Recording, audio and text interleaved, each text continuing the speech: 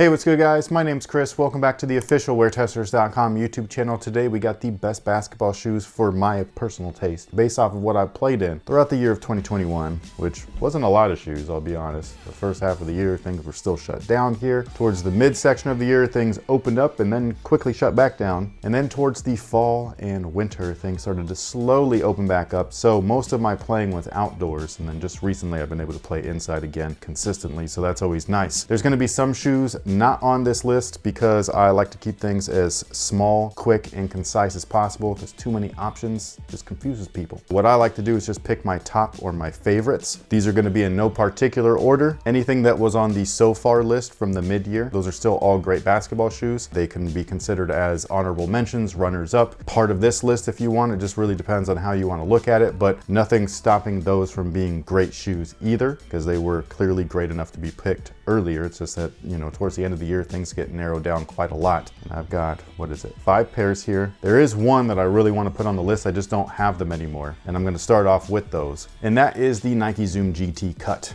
I think that those are just a great shoe. It's kind of like the Kobe without being a Kobe, especially after the whole Kobe thing where now we don't even get Kobe's anymore. That's kind of the closest thing to it. To me, that was the shoe that really brought the fun and the excitement back to Nike basketball. It had a lot of stuff in there, but it all felt like it was necessary and needed. I did not feel like that with the GT Run. I don't like those whatsoever. I'm excited about the GT Jump, but I don't know where the those are. I'm pretty sure that they were supposed to all release within the same year. And you know, the pandemic had other plans. Yoink.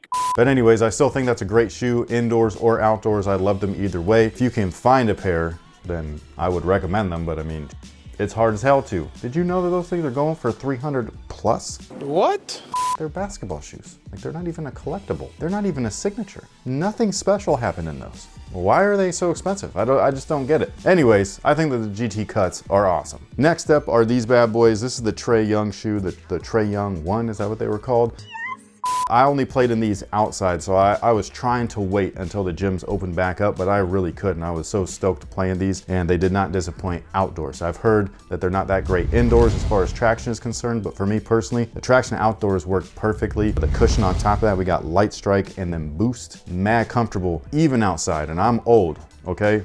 These knees know when they're outside. And in these shoes, I could barely feel it. It was awesome. The whole one-piece sock thing, I'm not a huge fan of, but Adidas seems to know how to do it right. I don't know how or why, but for whatever reason, I had no containment issues, no sliding, none of that stuff. I went true to size as well. Very minimal as far as design is concerned, and I think that that's great because basically the only thing that's in this shoe is what you need out of your shoes, nothing else. Like, there's no weird and all that stuff. It's a really no frills, no gimmick type of sneaker, minus the whole only 2 eyelet thing. And I just think that these were a dope shoe. Next up is a shoe that I did have on my previous list of the so far, and I still think this is one of the best shoes of the year. It's the KD 14s. These things are probably one of the most well-rounded sneakers that you'll find. So if you need a little bit of everything, maybe a little bit of extra cushion though, then this is that shoe. Like, these things have awesome grip. This is my new pair. I've been wearing I don't know what the hell they were called. They were just the other ones, but I've been wearing those outside. I started in them inside periodically, and then I took them outside, and this is my new pair for indoor only, although those shoes over there, which you can't see, I tend to grab most. But I still think this is a great shoe. It's very well rounded. The cushion is a highlight. Go up half a size in my opinion and you'll be good. Everything other than the strap I thought was awesome. The strap just seems to like to pop open all the time, but outside of that, I think that this is a fantastic shoe. Again, especially if you're looking for a little bit of everything plus a little bit of extra cushion. These next 3 are my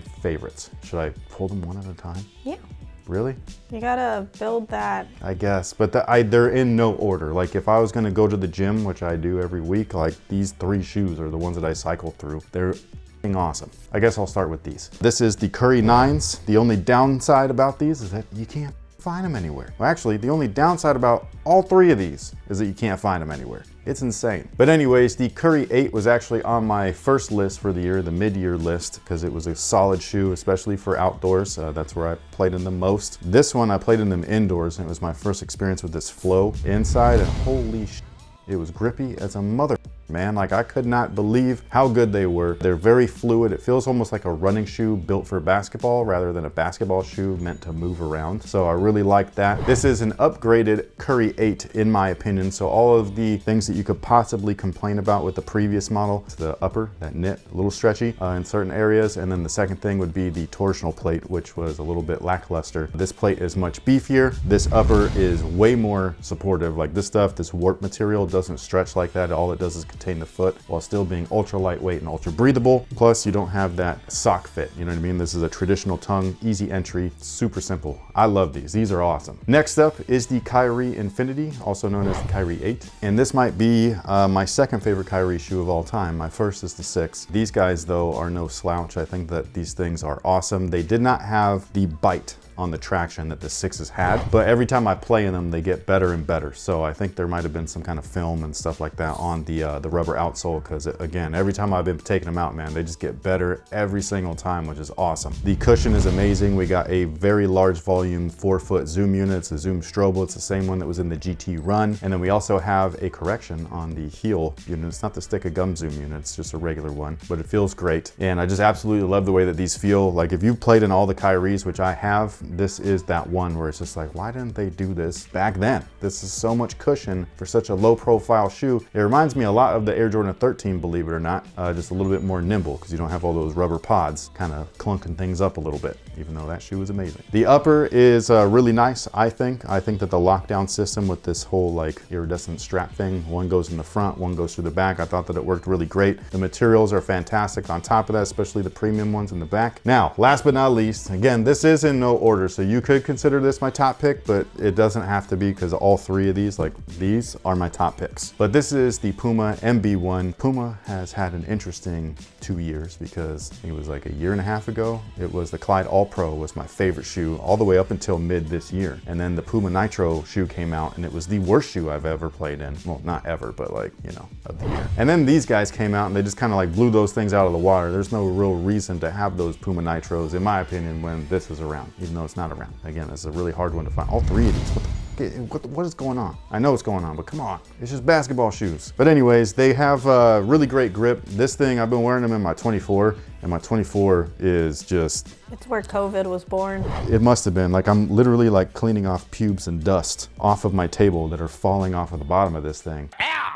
And they're not mine, okay? Okay. But anyways, the grip on these things has been phenomenal for me inside. I've heard a couple people on Instagram say that they were like nothing but slipping. I don't know what to tell you because I've just had really great grip. The only thing is that they are dust collectors because of the tackiness of the material. Like it just seems to attract a lot of dust. So I do need to wipe these semi-often, but outside of that, I think that the grip has been great. The cushion is one of those things where like this whole midsole right here starts off super stiff, especially if you're comparing it to the previous two shoes, the Nitro and the All Pro. So at first I wasn't loving them, but once I broke them in, I was like, man, these things are kind of like the All Pro, but way more supportive. Like the All Pro feels like a low top speedy shoe. I absolutely love them. These guys are just a little bit more supportive than that. And I just think that for people that need something like that, that don't like low tops and all that stuff, want a little bit of the extra ankle height and all that, this is gonna be one of those shoes that you're gonna like. Excellent.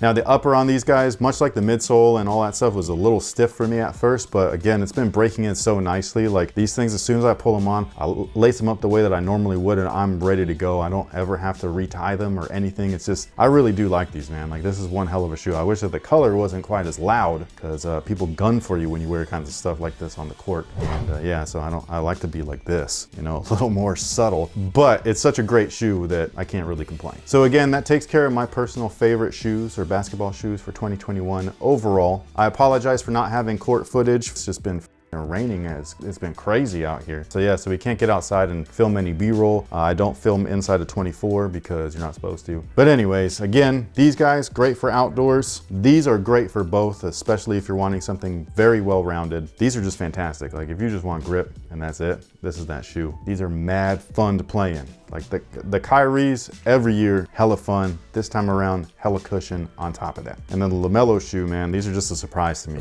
because the All Pro was amazing, and then that Nitro shoe was just a real big disappointment. So I had no idea what to expect with these. I was just like, man, this is gonna be either really, really good or they're gonna be really, really bad. Thankfully, they were really good. This might be the shoe that I've taken my bag every time. These are actually my main backup because that traction, boy, this will save your ass. But thank you so much for watching. Thanks for all the support. If you have any questions, feel free to hit me up over at our WearTesters Discord community. That's where you guys could talk to me all the time. And on top of that, you get to help support the channel, and it's a great place. Plus, there's other people in there. So if you don't want to talk to me, but you want to talk to other people, I mean, I guess you could do that. So thank you so much for everything. Thanks for all the support. And until next time, guys, have a good one.